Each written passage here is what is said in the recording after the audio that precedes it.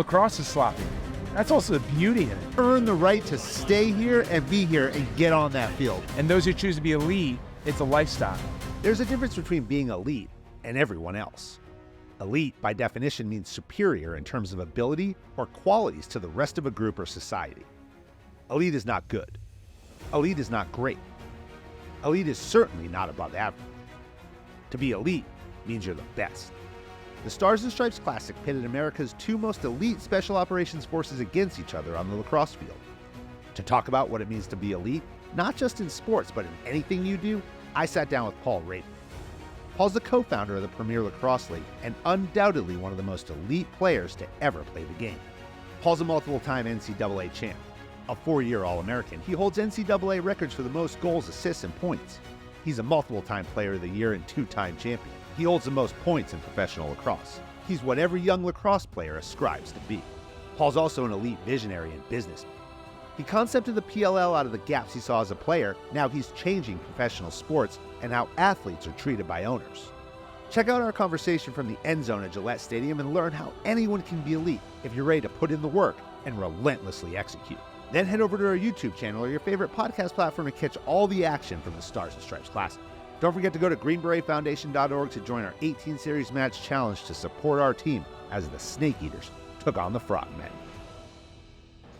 Paul, welcome to the Jedburgh podcast. Thank you for having me, Fran. I mean, we're here at Gillette Stadium. We're sitting here in the end zone. It's getting dark out. This first game for the PLL just happened. The Chaos won. Andy Towers coming on next, so he's going to be in a good mood. He'll be in a really good mood, I would imagine. Yeah. We got one more game to go, but before all that started, we started the day with the Stars and Stripes Classic, Green Beret Foundation versus Navy SEAL Foundation. Really the brainchild of yourself, your brother Mike, who we had on a couple weeks ago, and Charlie Iacono from Green Beret Foundation CEO. First off, I got to thank you for setting that up. Oh, man. It was our distinct honor. It was a privilege to do that. And what I said at the Green Beret dinner is it's bare minimum work of showing gratitude in for us, the most authentic way, where you have guys who played Division I lacrosse who are now serving and representing our country and protecting our freedom. They were skilled fucking ball players, you know? And for me, as a former player and fan of the game, I mean, I was ready to pack it in after that first game. I know we have these 2 quarterfinals going on, but that was like a dream. And I've played with some of those guys around the field, know them from my times growing up in and around the sport. And so I admired a few of them, and, you know, a few of those guys I played against, and, you know, it's just an amazing thing, sport, that it brings us together. Even a few scuffles out there. Oh yeah, between all the way down to the end. SEALs, all the way down to the end. And then what do? You go right to handshakes, big hugs. It's like a sense of shared intention, you know, among our special forces, and that's pretty amazing to see. Yeah, I'm sitting here with one of the greatest who's ever played the game, and you know that. The stats show that. What'd you think of their play? Great. I mean, look, some of the guys who are understandably perfectionists and are self-critical are coming to me afterward, like, oh, it's sloppy. And my response was, lacrosse is sloppy. That's also the beauty in it. Yeah. I mean, it drives a coach nuts when you mishandle a ball or a defender dislodges it, and that, for an offensive perspective, might feel sloppy, but a great play for a defender, and that's just the nature of the game. It's like I've said before, it's an indigenous game. It's been played in so many different variations, and the ball is meant to be picked up off the ground and be dislodged and passed and checked and, you know, shot in the net, faced off. Like it's the essence of the game. So I don't care if I'm watching, you know, kids who are playing the game for the first time or former Division I players like we did today, or the pros. Like, that's part of the essence of what we see. And I think they were like, yeah, that's true. You know, embrace the suck type of thing. And those guys, like, by the way, there weren't a lot of turnovers. No, it wasn't. There was probably like 1 or 2 unforced because the guy was going for it and making a 20-yard skip pass.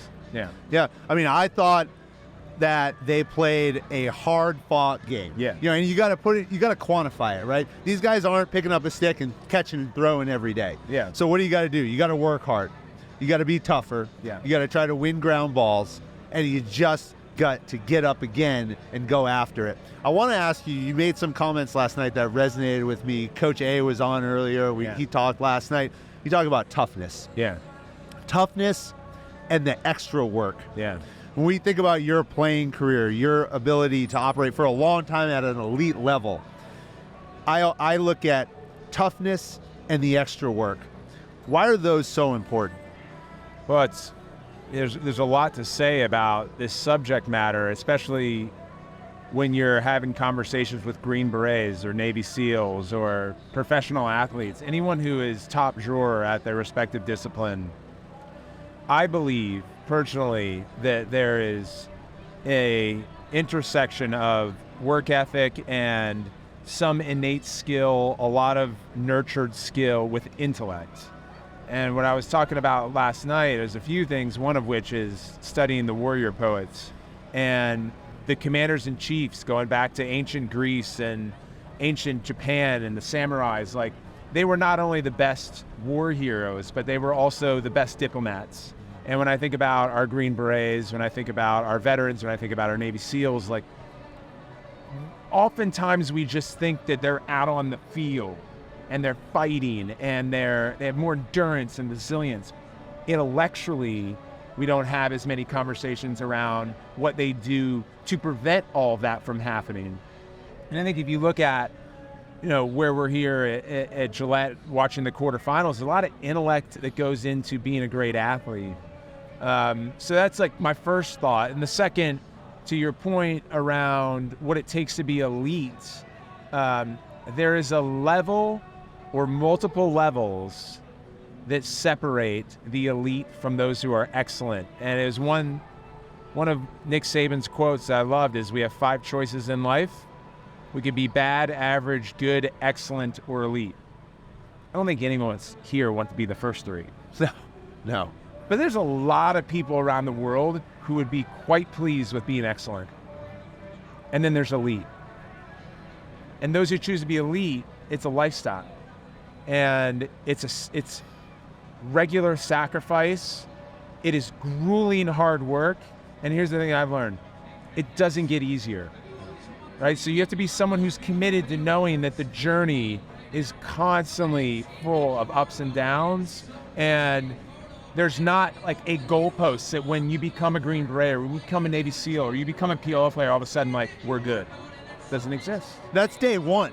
What I tell guys all the time, professional athletes who I work with and guys looking to go to be a Green Beret Navy SEAL, you go to selection, you pass selection and assessment, you go, you do your training, you walk into your team room, just like when you get drafted here. Yeah. Or you get selected and you walk into that locker room, you just got a seat at the table. Yeah. That's it. That's it. Now this is day 0. Yeah. And you got to come to work every single day right now and earn the right to stay here and be here and get on that field. Yeah, and I'll share a quote with the elite who are listening right now. It's a quote that I've learned it's resonated for me since I was in college. It doesn't resonate for anyone who's not aiming to be elite, which is, it's more difficult to maintain success than it is to achieve it. And I say it's difficult for most people to resonate with because they just want to achieve success once. Then you realize, like, when you're there, oh no, now the game is about staying there. What happens is people want to take you down. Yeah. And you have to also be aware of not only those who want to take you down, but the next crop of people who are just going to surpass you. It's constantly pushing you. That keeps you up at night, and you have to be disciplined. You have to be passionate about what you do. You have to surround yourself with amazing people who believe in the same mission. And you just, every day you clock in. Yeah. I think about character. It's the best thing about life, isn't it? It is. You have an opportunity every day to reset that clock, okay? And I think what happens a lot of times, people beat themselves up. They think, oh, I wasn't 100% perfect. Well, sometimes you're not going to be. Yeah. But the question is, when you woke up this morning, did you say, yesterday wasn't good enough? What'd I do wrong? What can I do better? How do I make today a better opportunity than it was yesterday? Character. When we do assessment and selection for special operations, we don't care a lot of times if you don't have the skill. Yeah. Because we believe we can teach you the skill. What we need you to have is the character. Yeah. We need you to demonstrate things like drive and integrity, resilience, adaptability, curiosity, team ability.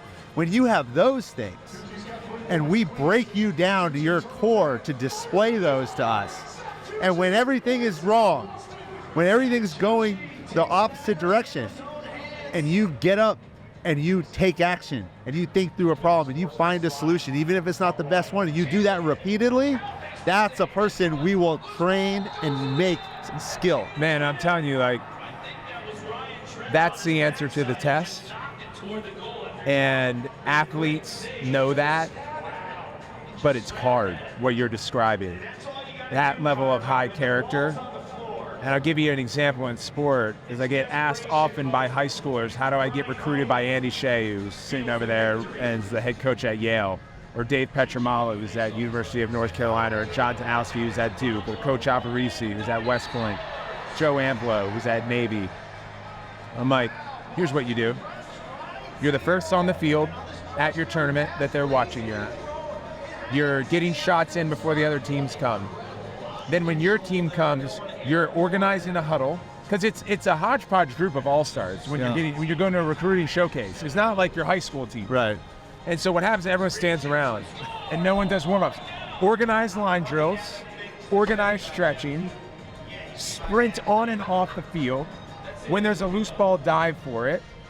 And when your teammates score, celebrate louder than anyone else on it. That's it. That's the answer. You'll get recruited by all of them.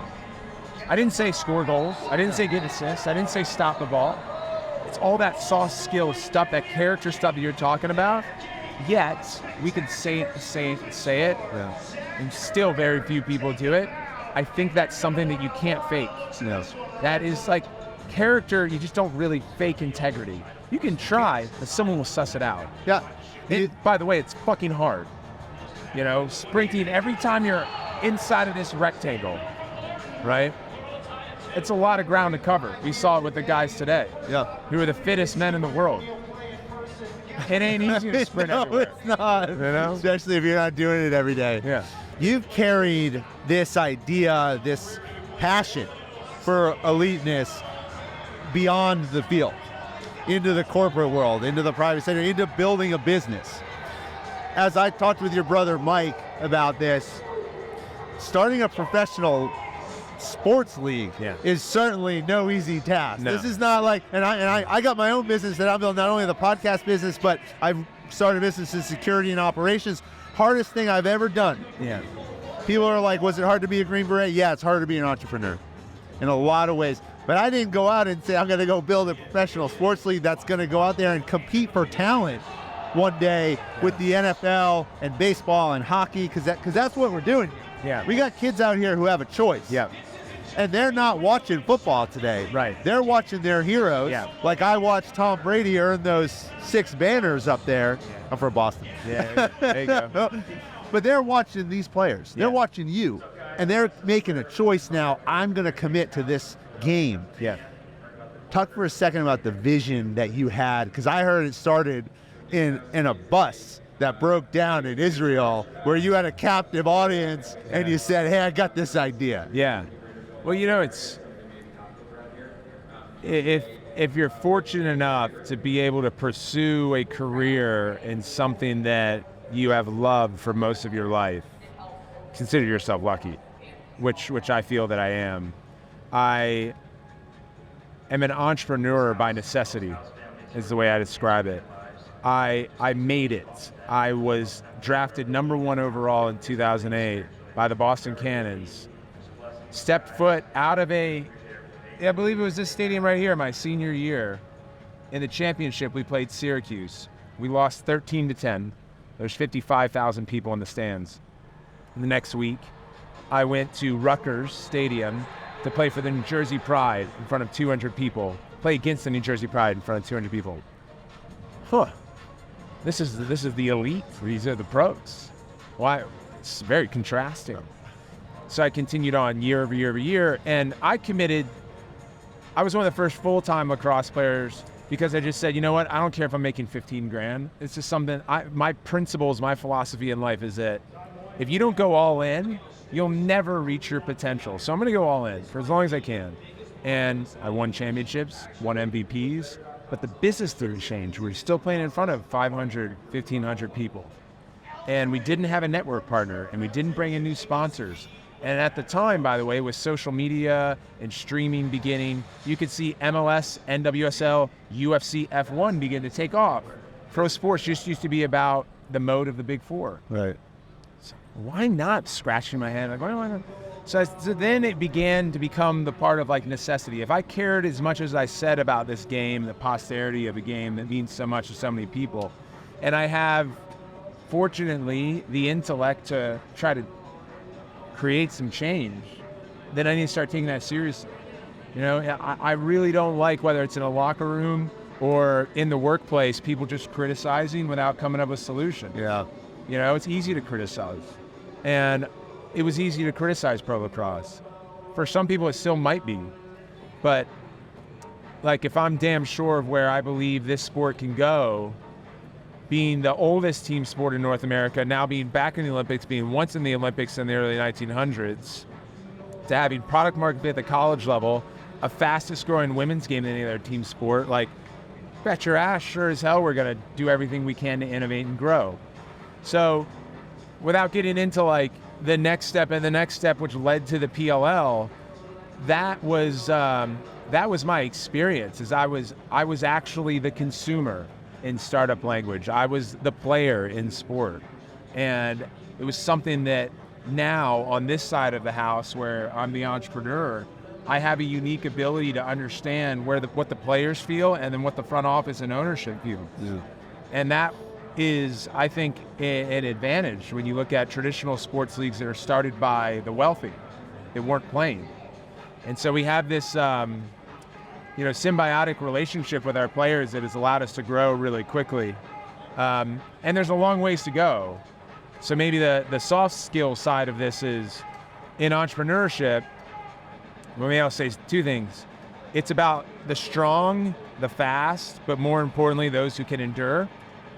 We often romanticize the cover of Inc. magazine and some founder of AI or the next technologist and the unicorn company that's now worth a couple $1 billion. But what we don't talk about on that cover is the 25 years of work that went into it. Everyone's an overnight success. There's no fucking such thing as an overnight success.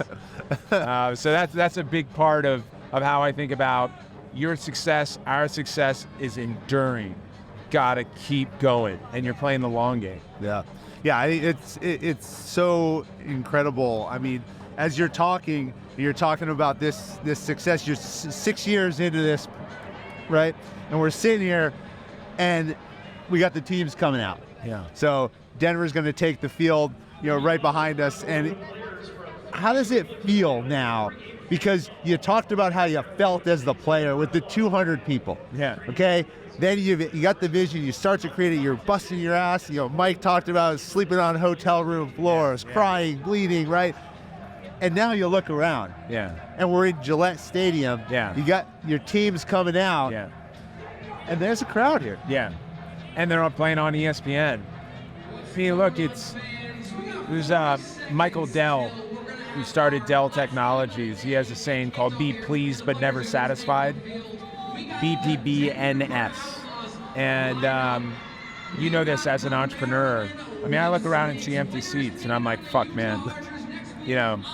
And then I look around and see Denver Outlaws players right in front of us at Maryland Whipsnakes, and I'm like, I'm a hardcore fan. I can't wait to see what Brendan O'Neill does.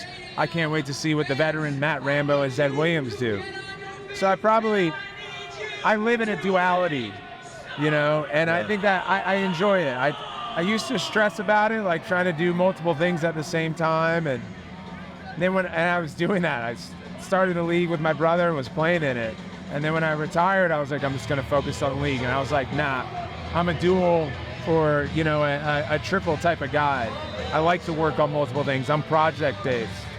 That's how I function. And so I can't wait for this game. I can't wait for the rest of the season. And I can't wait, honestly, for us to do our next Starts and Stripes Classic.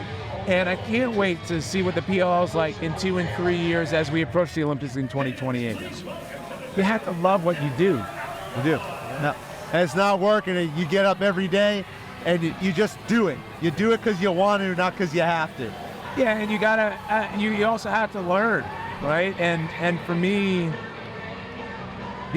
attempting to become a subject matter expert is so important in entrepreneurship, because part of what we're asked to do is be predicative and make bets. Yeah. And the best way to be predicative is to understand history. And for us, there's documentation on documentation on documentation of history of the NBA, the NFL, Major League Baseball, UFC, English Premier League, even XFL or Alliance Football League, the paddle tennis tours, to the Olympics, rise and fall and rise again. I want to know it all, right? And that stuff interests me. That's my daily reading, so that I can be smart around this stuff.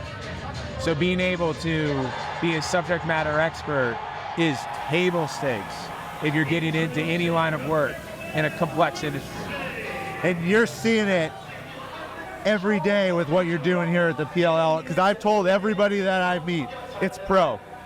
Nothing, there is no cutting corners. I come from an organization, people say, what's it like to be Special Forces? And I tell them there's nothing special about it, because you have to execute the fundamentals without compromise to a higher standard day in and day out. That's it. Unwavering, a relentless pursuit to standards. Yeah. You guys are doing that every single day. It shows on the field. It shows with the partnerships you've created. It shows with the relationship that's been built between you guys, the Green Beret Foundation, and the Navy SEAL Foundation. And I believe a lot of that is a testament to you, your attitude, how you played as a player, and how you've built a culture around that. Appreciate that, thank man. you. I thank you. I've got a question for you. So. Okay. Usually doesn't work that way on this show. I like it. So we, everything you described resonates for me around standards and execution and focus and getting up every day and having passion for what you do and being a good communicator to your team, internally, externally. And then it's hard. And so I'm curious for you as an entrepreneur, how you process the hard times, whether it's alone or with someone or people. Yeah. And then at what point do you go, okay, got that out, ready to turn the page? I tell myself that this is the work that has to be done. And no one's going to do that work but me. That is a phrase that goes through my head. This is the work that has to be done. Because we talk about solving problems in Special Forces. What's a special operator? What's a Green Beret? Somebody that we can deploy to a problem. We might not have defined the problem, but we know we need a solution. We're almost never going to get to a perfect solution. We're never going to have somebody that's like, hey, this is 100%, and then it's going to be easy because we had to think through it. We're going to find that solution that's always going to be 80%, 85%. And what's the last 15%? That's the work. That's the sweat. Yeah. It's 11 o'clock at night, and I had a coffee and went back into my office until midnight, and I'm falling asleep now. So I put my shoes on and went out to the barn, and I worked out for 45 minutes. Yeah. So I can come back in here at 1 and get 2 more hours. Yeah. That's what I tell myself. I love that. And when I do that, that motivates me. And a lot of people will say, well, why do you do that? Why do you work out in the middle of the night? Why? Because I had to wake myself up because the work has to get done and I'm the guy doing the work. Yeah. So I'm going to do whatever it takes with a relentless pursuit to achieve my goal. Love that. It's not easy. No, it sounds like, one of my favorite writers is Ryan Holiday, and his best book is called The Obstacle is the Way. But it's that. Hard times are the obstacles. That's it. And if you can shift your mentality to running the obstacles down, that's exciting. Yeah. Because that's the work that I have to do. That's resonant. And it's not how you want to do it. It becomes I want to do it. Yeah, because you look at your history and you go, oh shit, those hard times, I got better after that. Yeah, you did. And actually, the hard times don't come as frequently as the good. Yep. And so when you have some good runs, get your rest. Because the hard stuff's coming around the corner, and that's when you're being called. And you better be ready. Yeah. All right, we got to get you to this game. Appreciate but you, I man. appreciate you taking time with me. Thanks for having me. Thank you for everything you've done for Green Beret Foundation, Navy SEAL Foundation, supporting our special operators. I can't wait till next year. I look forward to the follow-up with you and continue to build this relationship. Yeah, likewise. And as I started, it's bare minimum work, man. You guys do the great work, and we're so grateful for your service and the freedom that you enable us to live in here in America. It's like Nick Lavery said last night, freedom ain't free. Nope. So thank you all. Thank you. Awesome, man.